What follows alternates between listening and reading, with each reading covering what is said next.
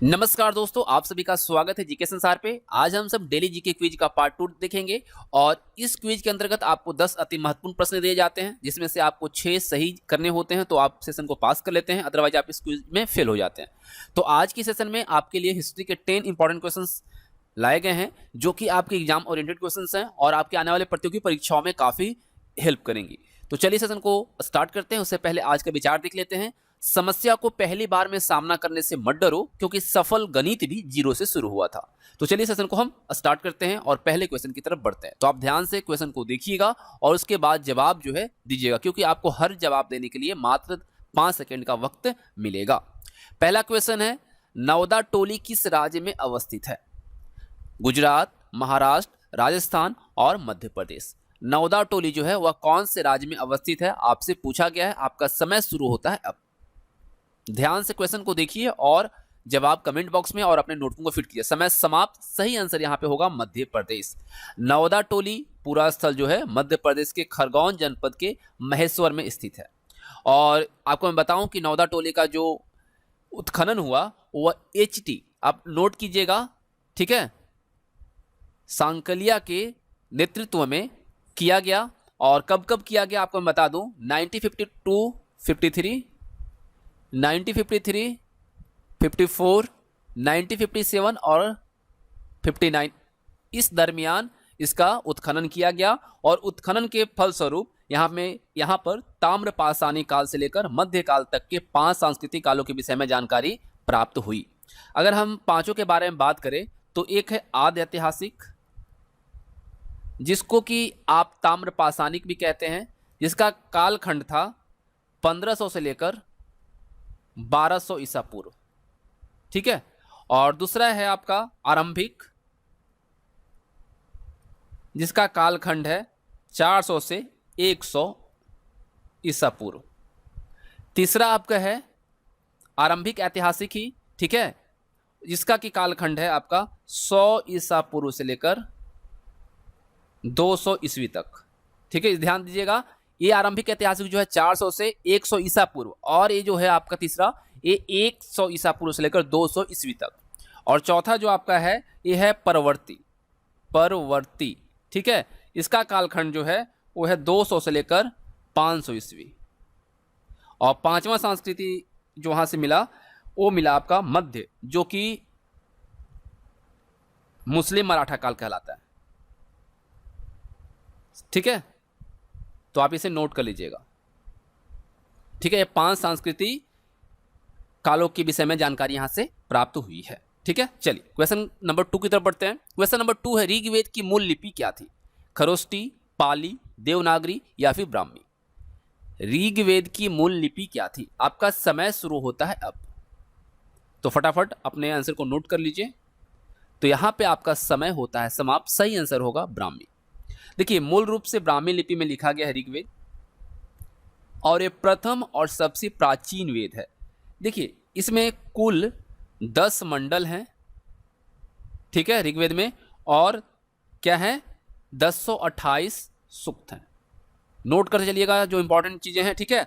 और सबसे प्राचीन 2 से 7 मंडल हैं, याद रखिएगा इस चीज को। 2 से 7 मंडल जो है सबसे प्राचीन हैं, जिन्हें किस नाम से जाना जाता है? वस मंडल। याद रखिएगा, वस मंडल के तौर पे जाना जाता है। इसको आप नोट कर लीजिएगा, ठीक है। 2 से 7 जो क्या है आपका मंडल जो है, इसको वस मंडल के तौर पे जाना जाता है। और मंडल 1 जो है, ठीक है, मंडल 1 और 10 जो है, इसको सबसे बाद में जोड़ा गया है, जिस वजह से इसे नवीन मंडल कहा जाता है, ठीक है। नवीन मंडल इसको कहा जाता है। फिर से एक बार मैं रिपीट कर देता हूं कि 10 मंडल हैं ऋग्वेद में और 1028 सूक्त हैं। 2 से 7 मंडल जो है ये सबसे पुराना है, ठीक है, सबसे प्राचीन है, जिसे वस मंडल के तौर पे जाना जाता है। और मंडल 1 और 10 जो है ये नवीन मंडल है, क्योंकि इसको बाद में जोड़ा गया, ठीक है। क्लियर? चलिए अगले क्वेश्चन की तरफ बढ़िए। क्वेश्चन नंबर 3 देखिए, बुद्ध का उपदेश किससे संबंधित है? ब्रह्मचर्य, धार्मिक कर्मकांड, आचरण की शुद्धता व पवित्रता, आत्मा संबंधी विवाद। तो आपको फटाफट आंसर को नोट करनी है, आपका समय शुरू होता है अब। तो ध्यान से क्वेश्चन को देखिएगा, उसके बाद ही जवाब दीजिएगा, ठीक है। चलिए, तो यहाँ पे आपका समय होता है समाप्त। सही आंसर होगा ऑप्शन सी, आचरण की शुद्धता और पवित्रता। देखिए, आपको पता है कि बुद्ध जो है, ठीक है, बुद्ध जो है इनका जन्म जो हुआ था, कब हुआ था? 563 ईसा पूर्व में। कहां पे हुआ था भाई? लुम्बिनी, नेपाल में। नोट कीजिएगा, ठीक है, लुम्बिनी नेपाल में हुआ था। लेकिन ये जो आपको पता चला, आपने पढ़ा कि लुम्बिनी नेपाल में इनका जन्म हुआ था, ये कहां से हमें प्राप्त होता है? साक्ष्य कहां से मिलता है? तो इसका जो हमें मिलता है वो रोमनदेई, ठीक है,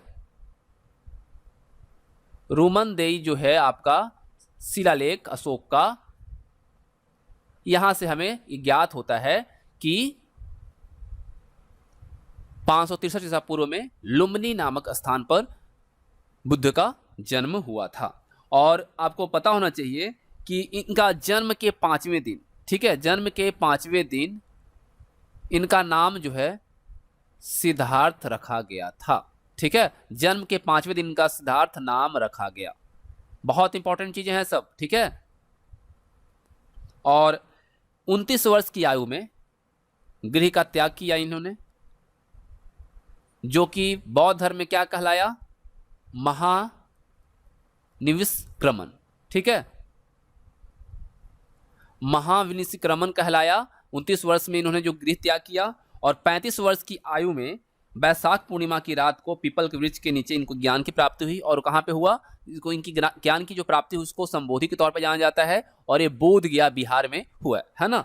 और सबसे पहले उन्होंने जो उपदेश दिया वो सारनाथ में दिया, सारनाथ में, जिसको ऋषिपत्तनम भी कहा जाता है, ठीक है, ऋषिपत्तनम भी कहा जाता है। सारनाथ को ऋषिपत्तनम भी कहा जाता है। यहीं पे इन्होंने सबसे पहला उपदेश दिया, और उपदेश किस भाषा में दिया था? पाली भाषा में, ठीक है। और इसको बौद्ध धर्म में क्या कहा जाता है? धर्म चक्र परिवर्तन। सारनाथ में जो पहला उपदेश इन्होंने दिया था उसको धर्म चक्र परिवर्तन कहा जाता है। और सबसे ज्यादा जो इन्होंने उपदेश दिया वो श्रावस्ती कौशल में दिया, ठीक है। और बुद्ध जो है वो अष्टांगिक मार्ग का अनुसरण किए थे। और इनकी मृत्यु की अगर हम बात करें तो 483 ईसा पूर्व में कुशीनारा, जो कि कुशीनगर उत्तर प्रदेश में है, वहां पर इन्होंने गृह को अपने शरीर को त्याग किया, जिसको बौद्ध धर्म में क्या कहा जाता है? महापरिनिर्वाण, ठीक है, महापरिनिर्वाण इसको कहा जाता है बौद्ध धर्म में। तो आई थिंक आपका यहाँ पे सारा जो डाउट रहा होगा बौद्ध धर्म से रिलेटेड, यहाँ पे सही हो गया होगा और क्लियर भी हो गया हो। चलिए अगला प्रश्न देखते हैं, प्रश्न संख्या 4। भागवत धर्म के प्रवर्तक कौन थे?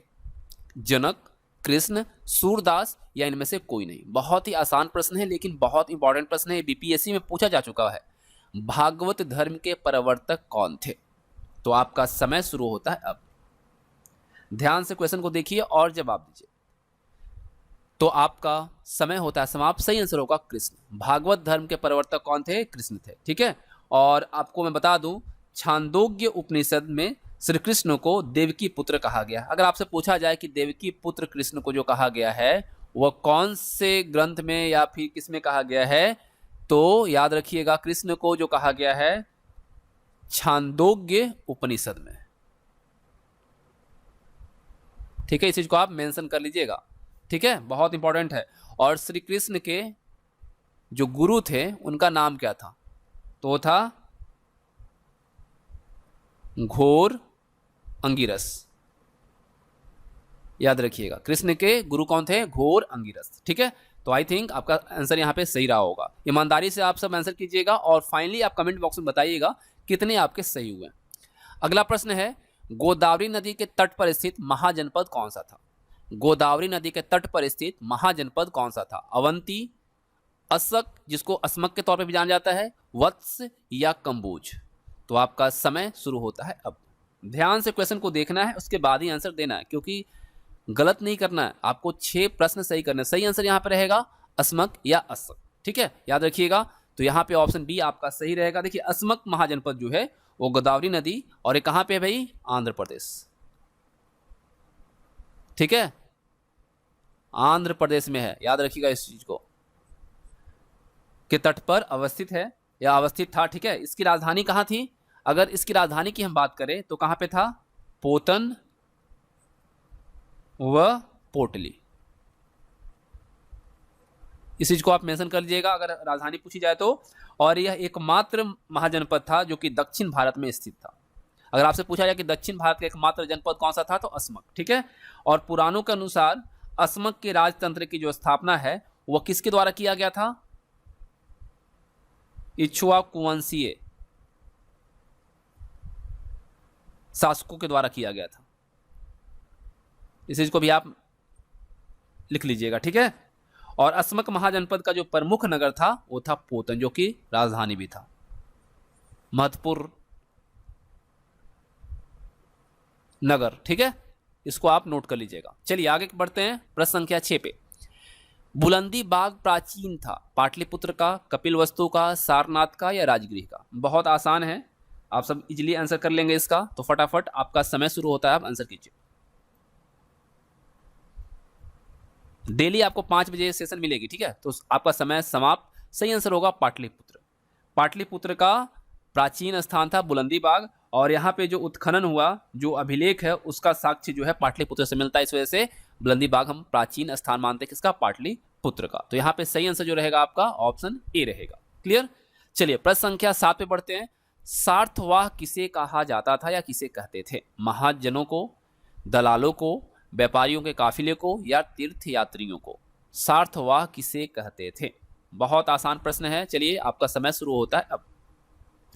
ध्यान से क्वेश्चन को देखने के बाद ही जवाब दीजिएगा आप सब। तो यहाँ पे आपका समय होता है समाप्त। सही आंसर होगा व्यापारियों के काफिले को। देखिए प्राचीन काल में जो रास्ता था वो दुर्गम होता था, उसके कारण व्यापार करना भी कठिन हो गया था और कठिन होता था, है ना।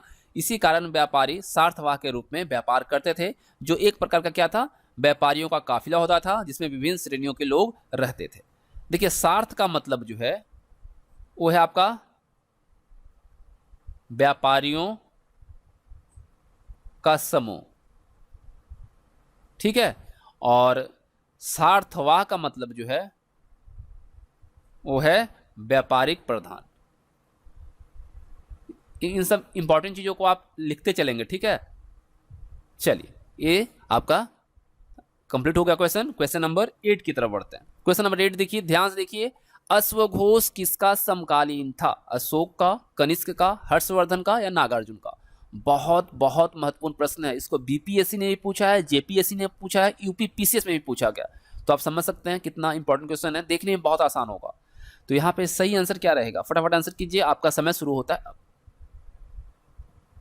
अश्वघोष किसका समकालीन था? आपका समय होता है समाप्त। सही आंसर होगा कनिष्क का। देखिए कुषाण शासक जो कनिष्क था उसका समकालीन विद्वान था अश्वघोष। कनिष्क के दरबार में वसुमित्र, पार्श्व, नागार्जुन, चरक और अश्वघोष को राजाश्रय की स्थिति और उसको क्या था? प्राप्त था। ठीक है। और कनिष्क के काल में आपको पता है कि कनिष्क के काल में ही कश्मीर का कुंडलवन में क्या हुआ था? चतुर्थ बौद्ध संगीति हुई थी। बौद्ध संगीति हुई थी, है ना। याद रखिएगा कनिष्क के शासनकाल के दौरान कुंडलवन में चतुर्थ बौद्ध संगीति हुई थी, जिसकी अध्यक्षता जो है वसुमित्र के द्वारा किया गया था और उपाध्यक्षता जो है वह अश्वघोष के द्वारा किया गया था। इस चीज को आप नोट कर लीजिएगा। कुंडलवन में चतुर्थ बौद्ध संगीति आयोजित हुई थी कनिष्क के शासनकाल में। अध्यक्षता वसुमित्र और उपाध्यक्षता अश्वघोष ने किया था। ठीक है, बहुत इंपॉर्टेंट प्रश्न है। चलिए अगला प्रश्न देखिए, प्रश्न संख्या 9। बाल विवाह की प्रथा प्रारंभ हुई थी किसके शासनकाल में हुआ था? मौर्य काल में, गुप्त काल में, कुषाण काल में या हर्षवर्धन के काल में? तो बहुत आसान है। तो आपका समय शुरू होता है अब। फटाफट आप आंसर कीजिए। तो यहाँ पे जो सही आंसर रहेगा वो रहेगा आपका ऑप्शन बी, गुप्त काल में। बाल विवाह की जो प्रथा है वह गुप्त काल में आरंभ हुई थी। चलिए अगला प्रश्न देखते हैं, प्रश्न संख्या 10। और ये निर्णायक होगा आपके लिए कि आपने सेशन को पास किया है या नहीं। कर्म का सिद्धांत किससे संबंधित है? मीमांसा से, न्याय से, वेदांत से या इनमें से कोई नहीं? कर्म का सिद्धांत किससे संबंधित है? आपका समय शुरू होता है अब। ध्यान से आंसर दीजिएगा आप सब। तो यहाँ पे समय होता है समाप्त, सही आंसर होगा मीमांसा से। देखिए इसके बारे में थोड़ा मैं आपको फैक्ट बताना चाहूंगा। वेद के 2 भाग है। वेद जो है इसका 2 भाग है। कौन कौन सा भाई? कर्म कांड और एक है ज्ञान कांड। आपको पता होगा बहुत लोगों को, है ना। तो ब्राह्मण ग्रंथों से वैदिक कर्म कांडों का विशिष्ट विवरण मिलता है और उपनिषद से ज्ञान कांड का प्रतिपादन। ठीक है, याद रखिएगा, ब्राह्मण ग्रंथ से वैदिक कर्म कांड का विशिष्ट विवरण मिलता है और उपनिषद में ज्ञान कांड का प्रतिपादन। और मीमांसा दर्शन जो है हिंदुओं के 6 दर्शनों में से एक है। तो आपके जहन में आ रहा होगा 6 दर्शन कौन कौन से हैं, तो आपको मैं बता दूं, आप लिख सकते हैं। सांख्य दर्शन, 6 दर्शन जो है, सांख्य है, योग है, न्याय है, वैशेषिक है, और उसके बाद आपका मीमांसा आता है, और लास्ट जो आता है वो क्या आता है? वेदांत। अब देखिए इसके प्रवर्तक की बात करें हम, अगर इसके हम प्रणेता की बात करें तो सांख्य किसका है भाई? कपिल का, कपिल मुनि, है ना। योग किसका है? पतंजलि। न्याय किसका है? तो गौतम का, ठीक है, गौतम। वैशिष्ट किसका है? यह है कनाद का। मीमांसा किसका है? जैमिनी का। और वेदांत किसका है? वदरायन का। तो ये इसके प्रणेता हैं, प्रवर्तक हैं। ठीक है, और देखिए आपको मैं बता दूं कि मीमांसा जो है, इस शास्त्र को पूर्व मीमांसा और वेदांत को उत्तर मीमांसा भी कहा जाता है। ठीक है, याद रखिएगा कि पूर्व मीमांसा और वेदांत को उत्तर मीमांसा के तौर पे जाना जाता है। मीमांसा को पूर्व मीमांसा और वेदांत को उत्तर मीमांसा कहा जाता है। क्यों? क्योंकि पूर्व मीमांसा में धर्म का विचार है और उत्तर मीमांसा में ब्रह्म का। पूर्व मीमांसा को हम किस नाम से जानते हैं? धर्म मीमांसा के नाम से, और उत्तर मीमांसा को हम ब्रह्म मीमांसा के तौर पे भी जानते हैं, उसको कहा जाता है। तो इस तरीके से जो 10 प्रश्न थे कंप्लीट होते हैं, और उम्मीद करता हूं आप लोगों ने इस क्विज को पास कर लिया होगा। तो आपने पास किया या नहीं किया, आप कमेंट करके अपने स्कोर को शेयर कीजिएगा। और अगर आप हमारे चैनल पे पहली बार आ रहे हैं, चैनल को सब्सक्राइब करके बेल आइकन को प्रेस कर लीजिएगा, जिससे कि सभी वीडियो की नोटिफिकेशन आपको पहुंच पाएगी। और जो लोग नए जुड़े हैं, मैं बता दूं कि डेली आपको 5 PM ये सेशन मिलेगी। तो आप सब अपने क्विज के थ्रू अपना पढ़ा हुआ रिवाइज कर सकते हैं, और अगर नहीं जानते तो यहाँ से सीख सकते हैं। Thanks for watching. मिलेंगे आप सभी के साथ नेक्स्ट वीडियो में, तो आप हमारे साथ बने रहें।